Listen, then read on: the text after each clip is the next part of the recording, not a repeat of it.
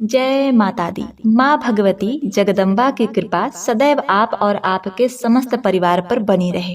प्रिय भक्तों, आज चैत्र नवरात्रि के अंतिम दिन, पारण वाले दिन, आप सुनेंगे नवरात्रि व्रत पारण कथा, जिसे अगर कोई भी स्त्री या पुरुष पूरे सच्चे मन से शुरू से लेकर अंत तक एक बार पूरा सुन लेता है तो माता रानी की कृपा से घर परिवार में खुशहाली आती है। जाते जाते माता रानी भक्तों की झोली खुशियों से भर देती हैं। वह कभी गरीब नहीं रहता। इसीलिए आप सभी भक्तगण इस दुर्लभ कथा को बड़े ही भक्ति भाव और प्रसन्न चित्त मन से पूरा सुने। किसी नगर में एक गरीब ब्राह्मण रहता था। उस ब्राह्मण की अनेकों संतानें थीं जो कोई काम नहीं करती थीं और धन के अभाव के कारण हमेशा दुखी रहती थीं। उनके पास करने के लिए भी कोई काम नहीं था। रात्रि में जो कुछ भी खाने को मिल जाता था वह ब्राह्मण अपनी संतानों को खिला देता था और बाकी का जो कुछ भी बचता था उसी में से अपना पेट भर लेता था। इस तरह से उस ब्राह्मण का पूरा परिवार दिन भर भूखा रहता था, लेकिन सिर्फ रात को ही कुछ थोड़ा सा अन्न खाने को मिलता था। इस प्रकार से वह ब्राह्मण स्वयं भूखा रहकर दूसरों का काम करके अपने परिवार का पालन पोषण कर रहा था। वह ब्राह्मण स्वभाव से अत्यंत निर्मल और सज्जन था। वह धर्मपरायण, शांत, सदाचारी, सत्यवादी था। वह कभी भी क्रोध नहीं करता था। साथ ही साथ ब्राह्मण बड़ा ही धैर्यवान और अभिमान रहित था। वह प्रतिदिन देवी देवताओं की पूजा किया करता था और वह ब्राह्मण अपने द्वार पर आए हुए अतिथियों की पूजा किया करता था। उन्हें बिना भोजन कराए वापस लौटाता नहीं था और जो कुछ भी बच जाता उसी में संतुष्ट होकर अपने परिवार का पालन पोषण कर रहा था। प्रिय भक्तों, ऐसे ही दिन बीत रहे थे, लेकिन एक दिन उस ब्राह्मण के घर में एक महात्मा जी आते हैं और उसके घर के दरवाजे को खटखटाने लगते हैं। तब दरवाजा खटखटाने की आवाज सुनकर वह ब्राह्मण अपने घर का दरवाजा खोलकर देखता है तो उसके समक्ष महात्मा जी खड़े हुए थे। उन महात्मा जी को देखकर वह ब्राह्मण उन्हें प्रणाम करता है और उनसे कहता है, हे मुनिवर, पधारिए पधारिए महानुभाव, पधारिए। फिर वे महात्मा जी उनके घर के अंदर आने लगते हैं। फिर वह ब्राह्मण उस महात्मा जी का बड़ी ही अच्छी तरह से अतिथि सत्कार करता है, जिससे वे महात्मा जी बहुत ही प्रसन्न हो जाते हैं। लेकिन वे महात्मा देखते हैं कि ब्राह्मण किसी बात को लेकर बहुत चिंतित है। उस ब्राह्मण को यूं चिंतित देखकर वे महात्मा जी उससे कहते हैं, हे पुत्र, लगता है तुम किसी बात को लेकर बहुत चिंता कर रहे हो। तब वह ब्राह्मण उन महात्मा जी से कहने लगा, हे मुनिवर, यदि आप मेरे अतिथि धर्म से प्रसन्न हैं तो क्या आप मुझे एक प्रश्न का उत्तर बताने का कष्ट कर सकते हैं। उस ब्राह्मण की बात सुनकर वे महात्मा जी उस ब्राह्मण से कहते हैं, पुत्र, तुम्हारी चर्चा तो चारों तरफ है। तुम एक बहुत बड़े सदाचारी और दानी हो। तुम अपने द्वार पर आए हुए अतिथियों का स्वागत प्रेम पूर्वक करते हो, इसीलिए हम तुम्हारे पास आए हैं। तुम संकोच ना करते हुए तुम्हारी जो भी शंका हो वो प्रश्न पूछ सकते हो। तब वह ब्राह्मण उन महात्मा जी से कहता है, हे महात्मन, आप कृपा करके मुझे यह बताने का कष्ट करें कि मेरी गरीबी पूरी तरह से कैसे दूर होगी, क्योंकि मैं इस गरीबी के कारण अपने परिवार का पालन पोषण नहीं कर पा रहा हूँ।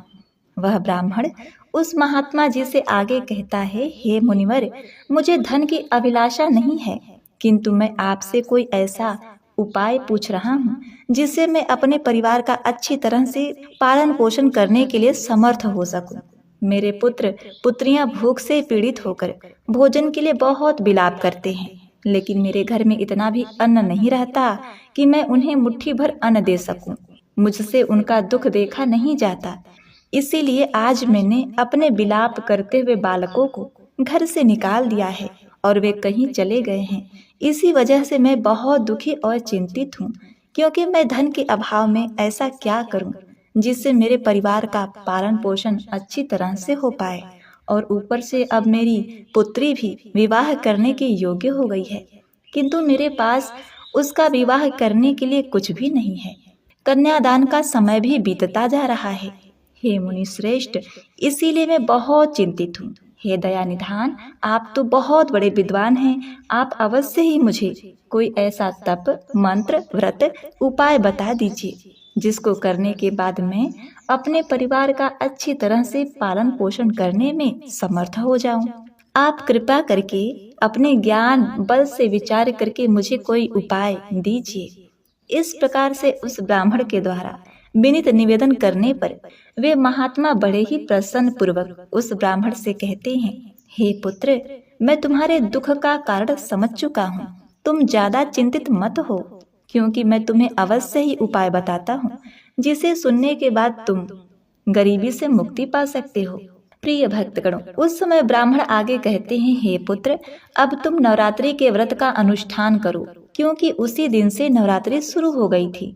इस व्रत में तुमको माँ दुर्गा की पूजा हवन करना है, माँ भवानी के मंत्रों का उच्चारण करना है, और हाँ, नवरात्रि के अंतिम दिन हवन, पूजन और पारण विधिवत करना है, तो तुम्हारी गरीबी पूरी तरह से समाप्त हो जाएगी। हे पुत्र, नवरात्रि नामक इस पवित्र तथा सुखदायक व्रत से बढ़कर इस पृथ्वी लोक पर अन्य कोई व्रत नहीं है, क्योंकि यह व्रत सदैव ज्ञान और मोक्ष देने वाला है, सुख तथा संतान की प्राप्ति देने वाला है एवं शत्रुओं का पूर्ण रूप से विनाश करने वाला है।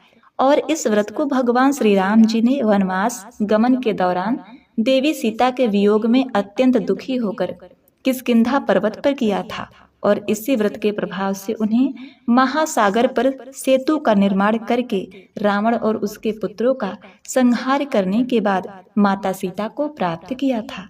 प्रिय भक्तों, इस प्रकार से वे महात्मा जी उस ब्राह्मण को नवरात्रि व्रत के महात्मा को सुना देते हैं, जिसे सुनकर वह ब्राह्मण बहुत ही प्रसन्न होता है और उन महात्मा जी को अपना गुरु मान लेता है। फिर उन महात्मा जी से देवी दुर्गा के मंत्र की दीक्षा लेता है। उसके बाद वे महात्मा जी उसके घर से चले जाते हैं। फिर क्या था, वह ब्राह्मण पूरे सच्चे मन से भक्ति पूर्वक नवरात्रि के दौरान माता रानी के उन मंत्रों का जाप करता है और अनेक विधि विधान से माता भवानी की पूजा अर्चना करता है। इस प्रकार वह ब्राह्मण 9 दिनों तक नवरात्रि के व्रत का अनुष्ठान करता है। फिर 9वें दिन के अंत में अष्टमी तिथि को अर्धरात्रि होने पर साक्षात महेश्वरी ने उस ब्राह्मण को दर्शन देती हैं और उस ब्राह्मण से कहती हैं, हे पुत्र, मैं तुम्हारी भक्ति और पूजा से अत्यंत प्रसन्न हूँ। तुम्हें जिस भी वर की कामना है, निसंकोच होकर अपने उस वर को मांग लो। तुम्हें जो चाहिए मैं तुम्हें अवश्य प्रदान करूंगी। लेकिन वह ब्राह्मण अपने सामने साक्षात माँ दुर्गा को प्रकट हुआ देखकर उसके अंग अंग कांपने लगते हैं, उसकी आंखों से आंसू छलकने लगते हैं। वह ब्राह्मण माँ दुर्गा के उस अद्भुत दिव्य स्वरूप को देखकर बहुत ही प्रसन्न हो जाता है। फिर वह ब्राह्मण माँ दुर्गा को प्रणाम करते हुए कहता है, हे माँ, आज मैं आपके दर्शन करके ही धन्य हो गया हूँ। माँ, आपके दर्शन अत्यंत दुर्लभ हैं। आप तो सचमुच त्रिलोक सुंदरी, सर्वशक्तिमान, समस्त संसार की जननी हैं, और आज आपने मुझ जैसे साधारण भक्त को दर्शन देकर बड़ा उपकार किया है। वह ब्राह्मण माँ दुर्गा से आगे कहता है, हे माँ अम्बे, अब मेरे मन में कोई कामना नहीं रही, क्योंकि आपके दर्शन से ही मेरे सारे दुख मिट गए हैं। किंतु हे माँ, आप सिर्फ मेरे ऊपर इतनी कृपा कीजिए कि ऐसा कुछ कर दीजिए कि मेरे पुत्र पुत्रियों को पर्याप्त भोजन प्राप्त हो सके, जिससे उन्हें प्रतिदिन भूखा नहीं सोना पड़े। उस ब्राह्मण की विनम्रता और भक्ति को देखकर माँ दुर्गा मधुर मुस्कान के साथ उस ब्राह्मण से कहती हैं, पुत्र, मैं तुम्हारी सच्ची भक्ति और तुम्हारे तप से बहुत ही प्रसन्न हूँ। इसलिए अब तुम्हारी गरीबी का अंत होगा, तुम्हारा घर धन्य धान से भर जाएगा और तुम्हारे परिवार की समस्त समस्याएं समाप्त हो जाएंगी। तुम्हारे पुत्रों को भी अच्छा भविष्य मिलेगा। तुम्हारी पुत्री का विवाह भी बहुत जल्द हो जाएगा। तुम्हारी 7 पीढ़ियों तक सुख और समृद्धि बनी रहेगी। उस ब्राह्मण से इतना कहकर माँ दुर्गा आदि शक्ति माँ भवानी वहां से अंतर ध्यान हो गईं। उसी क्षण उस ब्राह्मण का घर प्रकाश से भर जाता है और उसकी गरीबी दूर हो जाती है। फिर देखते ही देखते उसकी छोटी सी झोपड़ी एक विशाल महल के रूप में परिवर्तित हो जाती है। उस महल में स्वर्ण मणियों बहुमूल्य रत्नों का भंडार लग जाता है, जिससे उसकी सारी संतानें बहुत ही प्रसन्न हो जाती हैं। अब उस ब्राह्मण के पास अपने परिवार के पालन पोषण के अलावा इतना सारा अन्न धन था कि वह दूसरों की भी सहायता कर सकता था। ऐसे ही समय बीतता गया। फिर वह ब्राह्मण अपनी पुत्री का विवाह बड़ी धूमधाम से एक व्यापारी से कर देता है। लेकिन वह ब्राह्मण अपनी भक्ति और श्रद्धा को कभी नहीं छोड़ता और माँ दुर्गा के प्रति आभार व्यक्त करता रहता है, क्योंकि माँ दुर्गा की कृपा से ही अब उसका जीवन आनंद और समृद्धि से भर गया था। उस ब्राह्मण से प्रभावित होकर उसका पूरा परिवार भी माँ दुर्गा के प्रति भक्ति और समर्पण को अपना लेती है और वे सभी माँ दुर्गा के आशीर्वाद से सुखपूर्वक से अपने जीवन का निर्वाह करने लगते हैं। नवरात्रि के अंतिम दिन पूजन, हवन, कन्या पूजन तथा ब्राह्मण भोजन इसको संपन्न करने के बाद नवरात्रि का व्रत पूर्ण हो जाता है। इस पृथ्वी लोक में जितने भी प्रकार के व्रत एवं दान हैं, वे सभी इस नवरात्रि व्रत के सामने बहुत ही छोटे व्रत यानी कि कुछ भी नहीं है, क्योंकि यह व्रत सदैव धन्य धान प्रदान करने वाला, सुख तथा संतान की वृद्धि करने वाला, आयु तथा आरोग्य प्रदान करने वाला और स्वर्ग तथा मोक्ष देने वाला है। विद्या, धन अथवा पुत्र, इन सभी में से कोई भी मनुष्य जिस चीज की भी कामना करता है उसे इस सौभाग्यशाली तथा कल्याणकारी व्रत का विधि पूर्वक से अनुष्ठान करना चाहिए, क्योंकि इस व्रत का अनुष्ठान करने से विद्या चाहने वाला मनुष्य समस्त प्रकार की विद्या प्राप्त कर लेता है और अपने राज्य से वंचित राजा भी फिर से अपना राजभार वापस प्राप्त कर लेता है।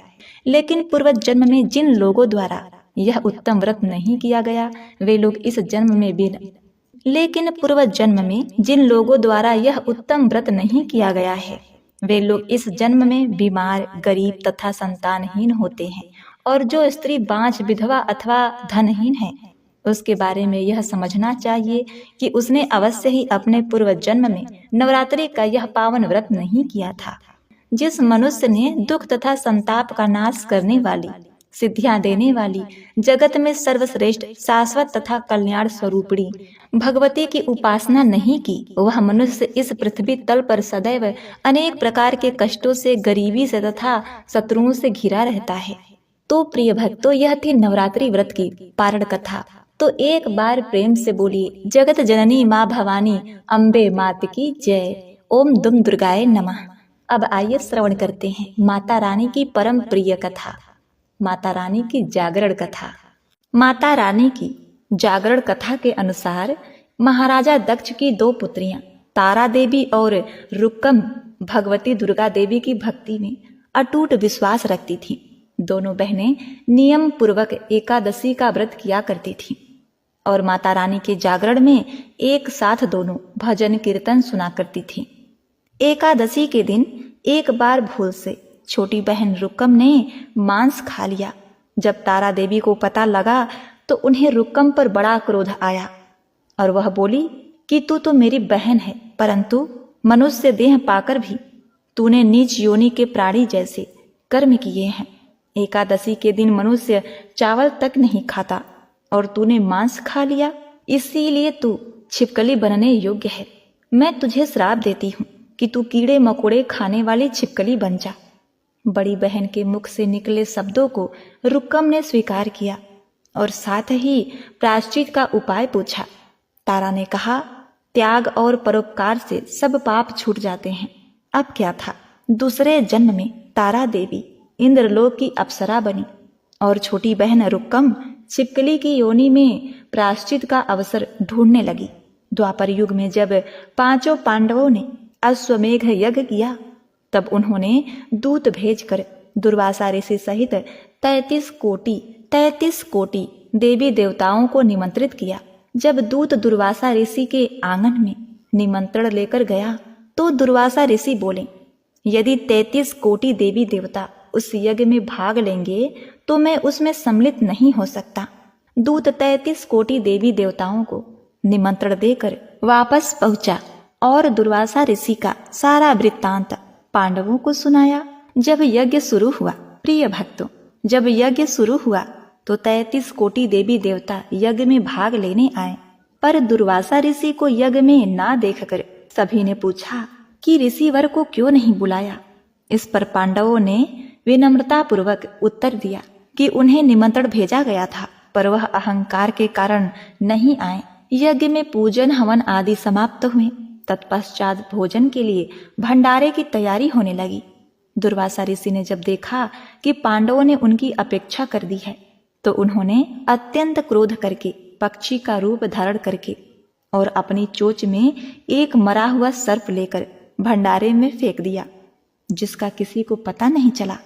वह सिर्फ खीर की कड़ाही में गिरकर छुप गया। एक छिपकली जो पिछले जन्म में तारा देवी की बहन रुक्कम थी तथा बहन के श्राप के कारण इस जन्म में छिपकली बनी है, वह सर्प का भंडारे में गिरना देख रही थी।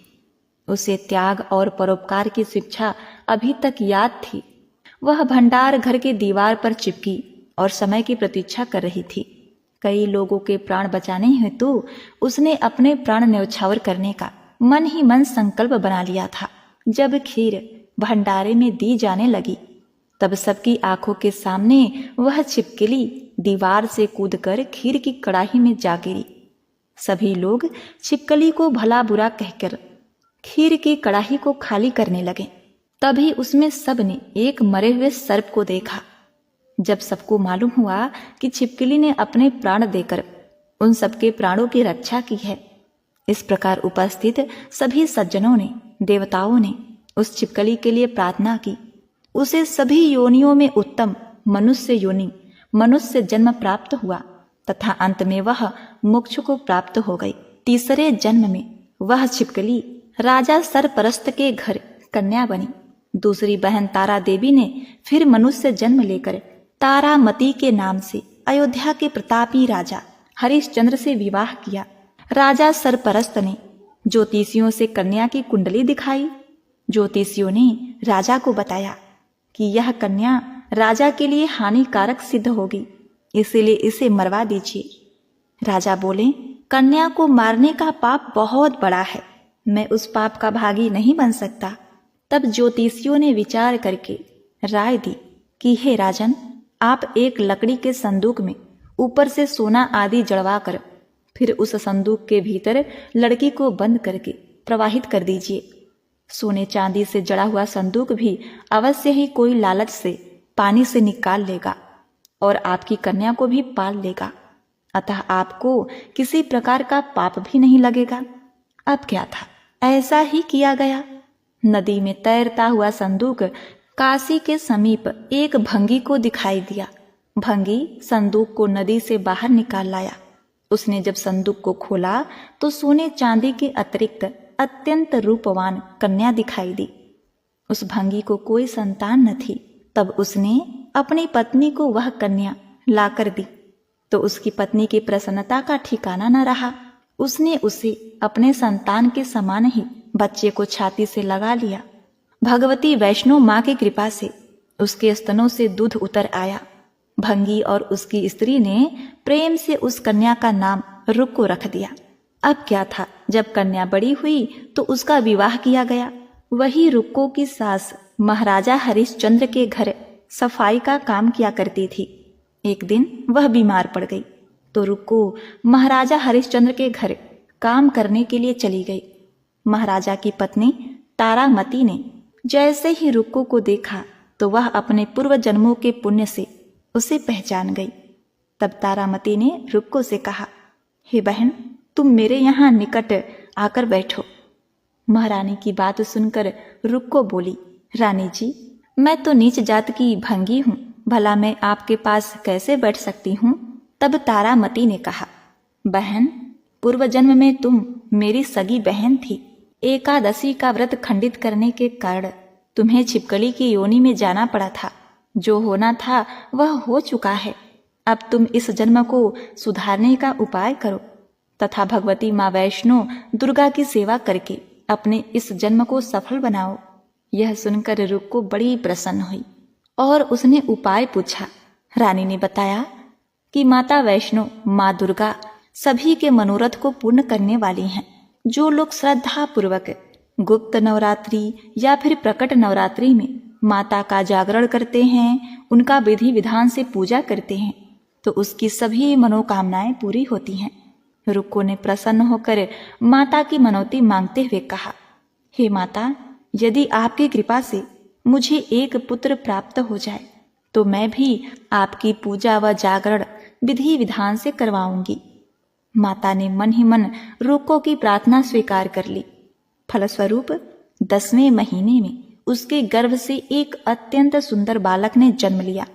परंतु दुर्भाग्यवश रुक्को माता का जागरण करवाने के लिए भूल गई। परिणाम यह हुआ कि जब बालक 5 वर्ष का हुआ तो उसे एक दिन माता चेचक निकल आई। रुक्को दुखी हुई, अपने पूर्व जन्म की बहन तारामती के पास आई और अपने बच्चे की बीमारी का सब वृत्तांत सुनाया। तब तारामती ने कहा, तू जरा ध्यान करके देख कि माँ के पूजन तथा जागरण में कोई भूल तो नहीं हुई। तब रुक्को को 6 वर्ष पुरानी बात याद आ गई कि मैंने तो जागरण और पूजन करवाया ही नहीं, और उसने मन ही मन अपना अपराध स्वीकार कर लिया। हे माँ, बच्चे को आराम होने पर इस बार अवश्य ही आपका जागरण पूजन करवाऊंगी। भगवती वैष्णो देवी की कृपा से बच्चा दूसरे दिन स्वस्थ हो गया और बिल्कुल ठीक हो गया। तब रुक्को ने देवी जी के मंदिर में जाकर पंडित जी से कहा, मुझे अपने घर माता का जागरण करवाना है, अतः आप मंगलवार को मेरे घर पधार कर मुझे कृतार्थ करें। पंडित जी बोले, अरे रुक्को, वह 5 रुपए भिजवा दे, मैं तेरे नाम का जागरण करवा दूंगा। तू तो नीच जात की स्त्री है, इसलिए हम तेरे घर जाकर देवी का जागरण नहीं करवा सकते। रुक्को ने कहा, पंडित जी, माँ के दरबार में ऊंच नीच का कोई भेदभाव नहीं होता, वह तो सब भक्तों पर समान रूप से कृपा करती हैं, अतः आपको कोई ऐतराज नहीं होना चाहिए। इस पर पंडित ने आपस में विचार कर कहा, यदि महारानी तारामती तुम्हारे घर जागरण में पधारे तो हम भी आना स्वीकार करेंगे। यह सुनकर अब रुक्को महारानी के पास गई और सारा वृत्तांत कह सुनाया। तब तारामती ने जागरण में शामिल होने का आमंत्रण स्वीकार कर लिया। जिस समय रुक्को पंडित से यह बात कहने गई कि तारामती रानी जागरण में आएंगी, उसी समय एक नाई ने यह बात सुन लिया और उसने महाराजा हरिश्चंद्र को जाकर सूचना दे दी। राजा ने नाई की बात को सुनकर कहा, तेरी बात तो झूठ है, महारानी भंगियों के घर जागरण में कभी नहीं जा सकती। फिर भी परीक्षा लेने के लिए राजा ने उस रात अपनी उंगली में थोड़ा सा चीरा निशान लगा लिया, जिससे राजा को नींद न आवे। रानी तारामती ने देखा अब जागरण का समय हो रहा है, परंतु महाराज को नींद नहीं आ रही है, तो उसने माँ वैष्णो देवी से मन ही मन प्रार्थना की, हे माता, आप उपाय करके मेरे महाराज को सुला दें ताकि मैं आपके जागरण में सम्मिलित हो सकूं। तब राजा को नींद आ गई तो रानी तारामती ने रोशनदान से रस्सी बांधकर महल से उतरकर रुक्को के घर जागरण में जा पहुंची। उस समय जल्दी के कारण रानी के हाथ से रेशमी रुमाल तथा पांव का एक पायल रास्ते में ही गिर पड़ा। उधर थोड़ी देर बाद राजा हरिश्चंद्र की नींद खुल गई। तब वह भी रानी का पता लगाने के लिए निकल पड़े। मार्ग में राजा ने पायल और रुमाल देखा तो रास्ते से वो दोनों चीजें उठाकर अपने पास रख लिया और जागरण वाले स्थान पर जा पहुंचे। जहां जागरण हो रहा था वहां एक कोने में चुपचाप बैठकर सब दृश्य देखने लगे। तो सबने माता की आरती व अरदास की। इसके बाद प्रसाद बांटा गया। रानी तारामती को जब प्रसाद मिला तो उसने झोली में रख लिया। यह देखकर लोगों ने पूछा कि आपने प्रसाद क्यों नहीं खाया? यदि आप प्रसाद नहीं खाएंगी तो कोई भी प्रसाद नहीं खाएगा। रानी मुस्कुराते हुए बोली, तुमने जो प्रसाद दिया वह मैं अपने महाराज के लिए रख ली हूं। अब मुझे प्रसाद दो, अब की बार प्रसाद लेकर। रानी तारा ने खा लिया। इसके बाद भक्तों ने माता का प्रसाद खाया। इस प्रकार जागरण समाप्त करके प्रसाद खाने के पश्चात रानी तारामती महल की ओर चल पड़ी। तब राजा ने आगे बढ़कर कहा, तुमने नीच के घर का खाना खाकर अपना धर्म भ्रष्ट किया है। अब तुझे मैं इस घर में कैसे रखूं? तूने तो कुल की मर्यादा व मेरी प्रतिष्ठा का कोई भी ध्यान नहीं रखा। जो प्रसाद तू अपनी झोली में रख कर मेरे लिए लाई है उसे खिलाकर मुझे भी अपवित्र करना चाहती है।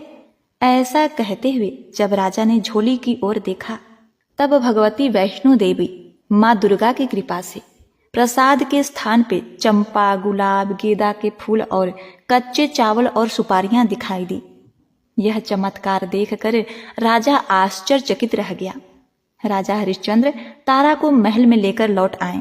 रानी ने ज्वाला माता की शक्ति से बिना किसी माचिस या किसी चमकीले पत्थर की सहायता से राजा को अग्नि प्रज्वलित करके दिखाया, जिसे देखकर राजा का आश्चर्य और बढ़ गया। राजा के मन में भी देवी के प्रति विश्वास और श्रद्धा जाग उठी।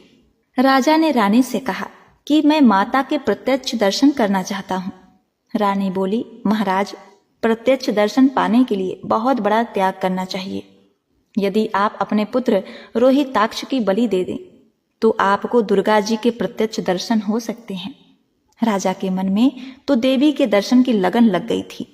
राजा ने पुत्र मोह त्याग कर रोहिताक्ष का सर देवी के चरणों में अर्पण कर दिया।